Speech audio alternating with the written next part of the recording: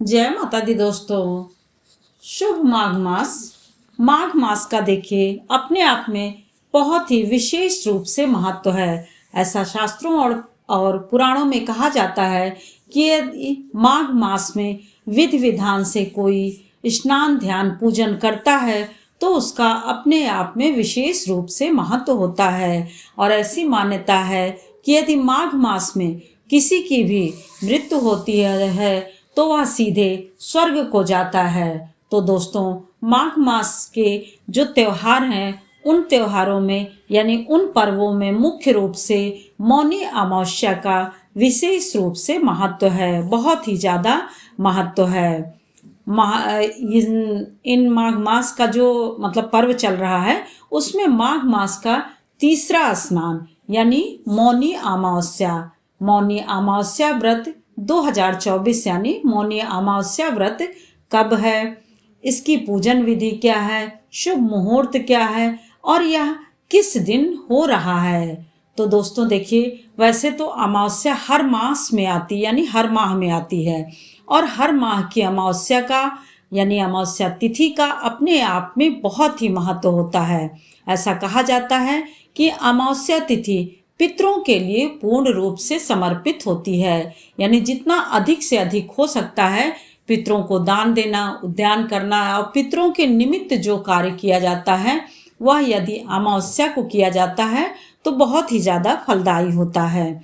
तो दोस्तों देखिए कि इन्हीं अमावस्याओं में यानी वर्ष भर की अमावस्या में सबसे बड़ी अमावस्या माघ मास की ही अमावस्या को कहा जाता है, यानी माघी अमावस्या जिसे कहा जाता है। माघ मास की यह अमावस्या स्नान दान, पितरों को तर्पण और दीप दान के लिए विशेष रूप से लाभकारी होती है।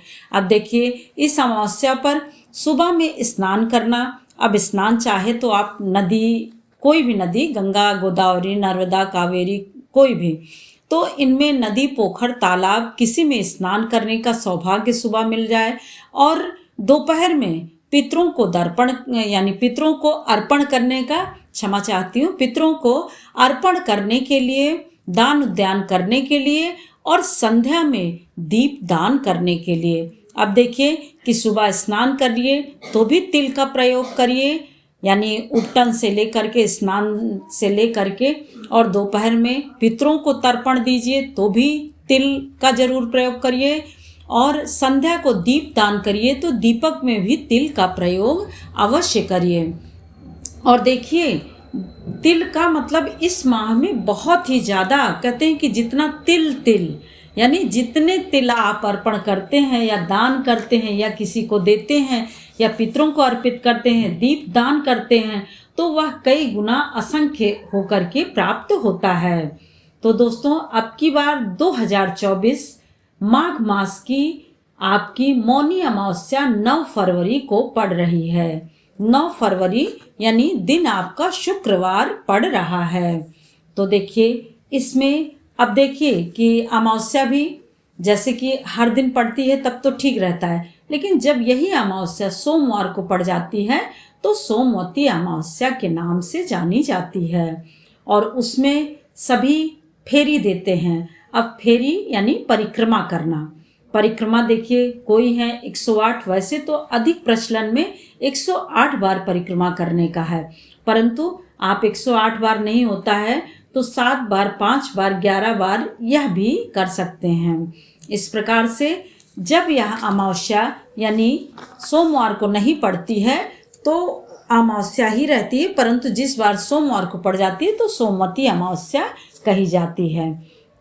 उन्हीं अमावस्या में से माघ मास की अमावस्या को सबसे बड़ी अमावस्या मानी जाती है या फिर कहा जाता है।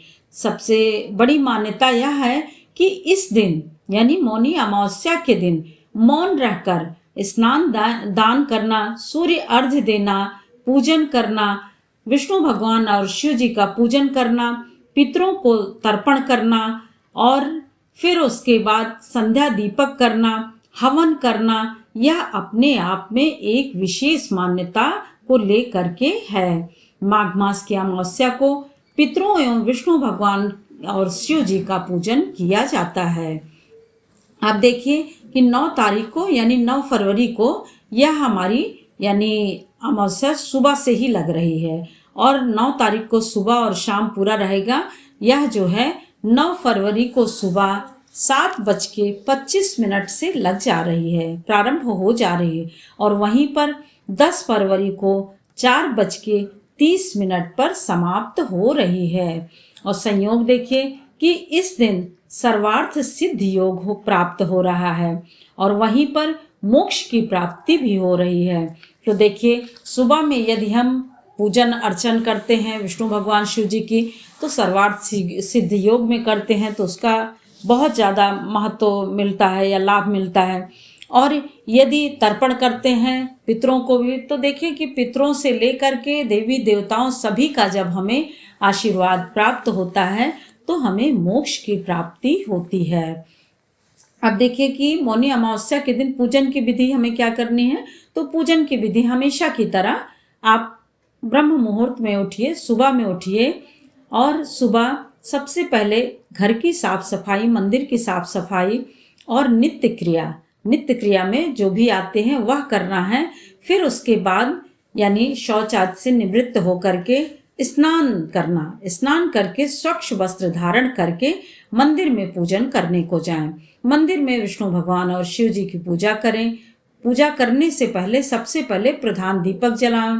प्रधान दीपक जलाने से पहले भी गंगा जल से मंदिर को और स्वयं को पवित्र करें। उसके बाद पूजन प्रारंभ करें। अब पूजन में देखिए तिल से ही प्रारंभ करिए। आपने स्नान में तिल को स्नान किया, फिर अक्षत के रूप में वह चाहे मंदिर में प्रयोग करिए अक्षत के रूप में या फिर सूर्य भगवान को अर्घ्य देने में। सूर्य भगवान को अर्घ्य दे रहे हैं तब भी तिल का और गुड़ का प्रयोग करके सूर्य भगवान को जल देना चाहिए। उसके बाद पितरों को तर्पण करते हैं तो भी तिल से, और फिर आप दान देते हैं तो भी तिल दान जरूर करिए। विष्णु भगवान और शिव जी को भोग लगाते हैं, मंदिर में भोग लगाते हैं तो तिल के लड्डू बना करके, नहीं हो सकता है तो आप घी गुड़ और तिल मिला करके उसको भी अर्पित कर सकते हैं अर्थात चढ़ा सकते हैं।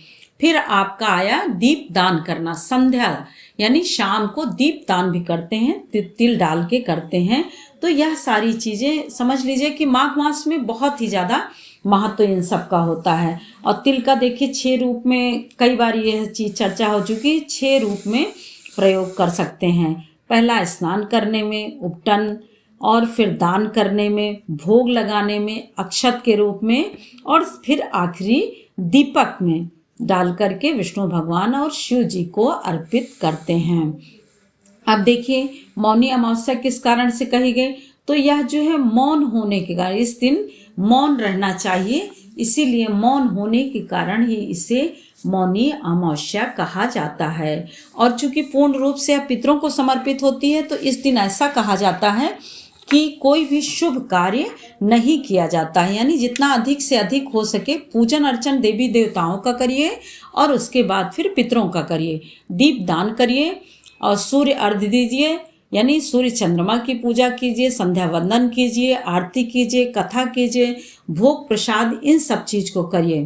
परंतु आप देखिए कि इस तिथि में आपको कोई शुभ कार्य नहीं करना यानी नहीं करने के लिए कहा गया है।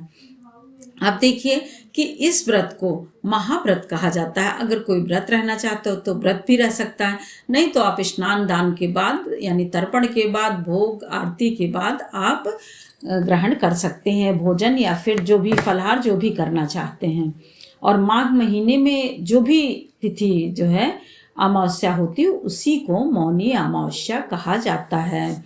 सबसे विशेष रूप से इसमें घी गुड़ और तिल का हवन करने का महत्व माना जाता है। अब देखिए हवन का इसलिए बहुत ज़्यादा महत्व माना जाता है, कहते नहीं कि जितना आप स्वयं खाइए तो उतना फलित नहीं होगा, परंतु हवन यदि हम करते हैं तो दूर दूर जितनी उसकी महक जाती है, जितना दूर दूर तक संदेश जाता है कि हवन हो रहा है, हवन से जितनी ज़्यादा मतलब वातावरण भी शुद्ध होता रहता है, तो जितनी दूर जाता है उतने ही लोगों को यह यानी फायदा करता है, कल्याण करता है।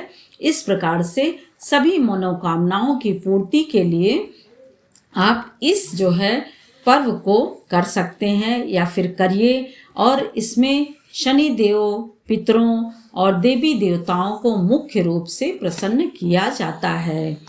और देखिए, अब पीपल और तुलसी की परिक्रमा भी की जाती है, यानी अमावस्या के दिन देखिए फेरी तो करते हैं और परिक्रमा करते हैं जिस दिन, उस दिन तो करते ही करते हैं, परंतु ऐसे भी आप पीपल और तुलसी की परिक्रमा कर सकते हैं। इस प्रकार से स्वयं जो है संतुष्टि के लिए, यानी स्वयं की संतुष्टि के लिए, स्वयं की उन्नति के लिए आपको देवी देवताओं और पितरों की उपासना अवश्य करनी चाहिए। और मुख्य रूप से तो इस मास में बताया गया है कि ऋषियों और मुनियों की तरह रहने का विधान बताया गया है। परंतु देखिए, गृहस्थ में हम इतना नहीं कर सकते हैं, तो जितना संभव हो सके उतना हम करें और कर सकते हैं अपने सौभाग्य के लिए, अपनी मनोकामनाओं की पूर्ति के लिए। यह हमें सदैव करना चाहिए। जय माता दी दोस्तों, फिर मिलते हैं एक और नई जानकारी के साथ। तब तक के लिए लाइक करिए, सब्सक्राइब करिए और बेल बटन ज़रूर प्रेस करिए, जिससे कि नोटिफिकेशन सबसे पहले आपके पास पहुँचे। और जो भी हो वह आप स्वयं भी हमें सलाह देते रहिए या फिर मार्ग बताते रहिए।